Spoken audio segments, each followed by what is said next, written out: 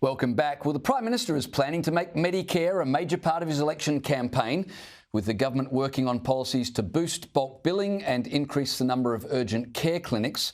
There's already hints of a new Medi-scare campaign, with Health Minister Mark Butler telling the Sydney Morning Herald today Labor will strengthen Medicare while Peter Dutton will wreck it. Joining me now is Liberal MP Zoe McKenzie. Zoe, what do you make of Labor's attempts to claim Coalition will go after Medicare? We've heard this routine before.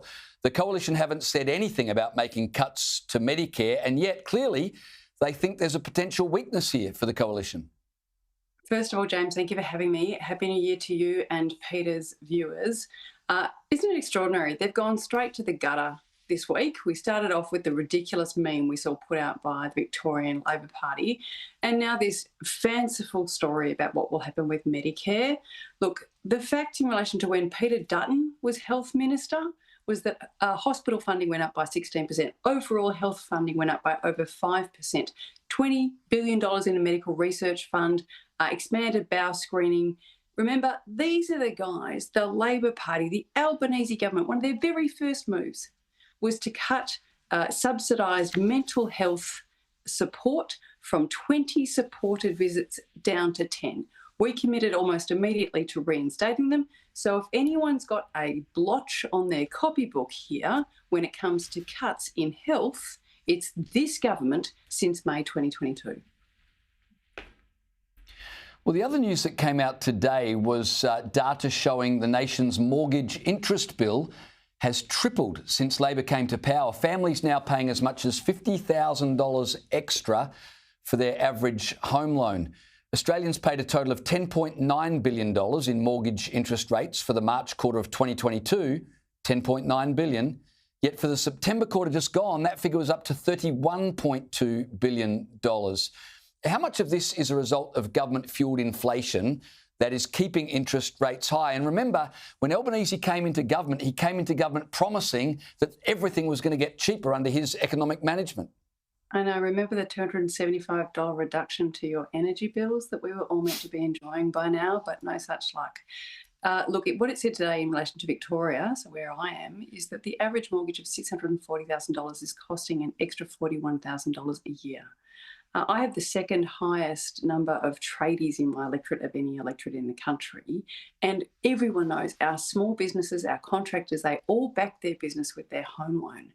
So that $40,000, and the average home here in my electorate costs $1.1 million, so it's an even higher amount. It's more like $50,000, $60,000 a year they have to come up with just to meet interest payments, not even retiring any part of the principal.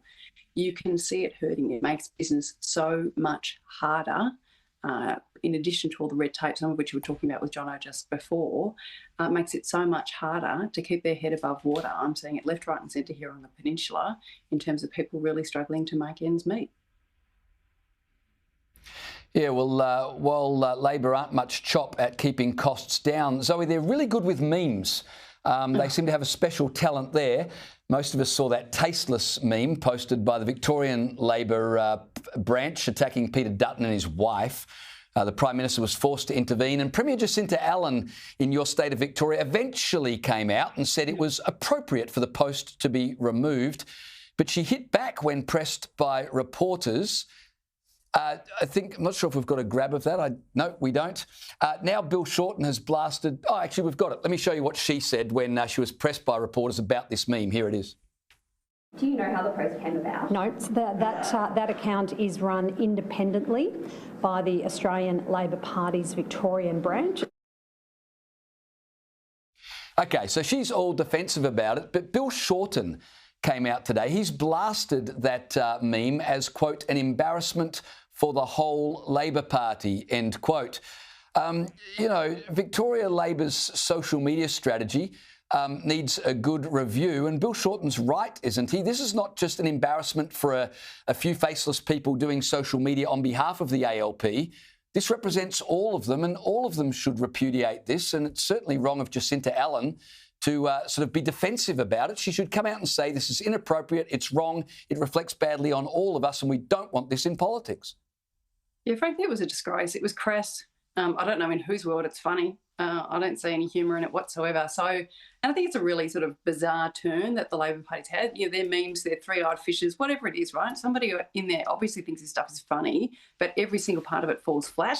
But this fell flat because it's just really, really nasty. Right? We do our best to protect our families from this world that we live in. You know, we cop the blows. That's what we understand is part of the job, but our families do not. Kirralie Dutton is a beautiful woman. Frankly, Peter Dutton is a lovely bloke. You know, I've known him for 25 years.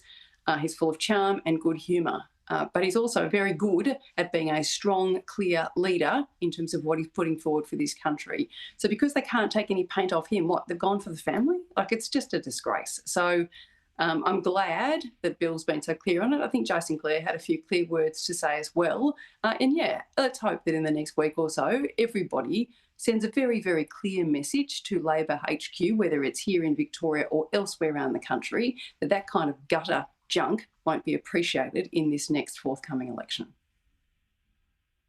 Just before we go to a break, Zoe, while people are right to be outraged and you're right to say, you know, this is unacceptable, is there a little part of you that takes some encouragement from stuff like this? Because clearly, if this is what Labor HQ are resorting to, I'd argue it means they are a little nervous. Look, I do agree. As I said, because they can't take away from Peter's strong leadership, right, which he's demonstrated across myriad portfolios, it's not just as Leader of the Opposition.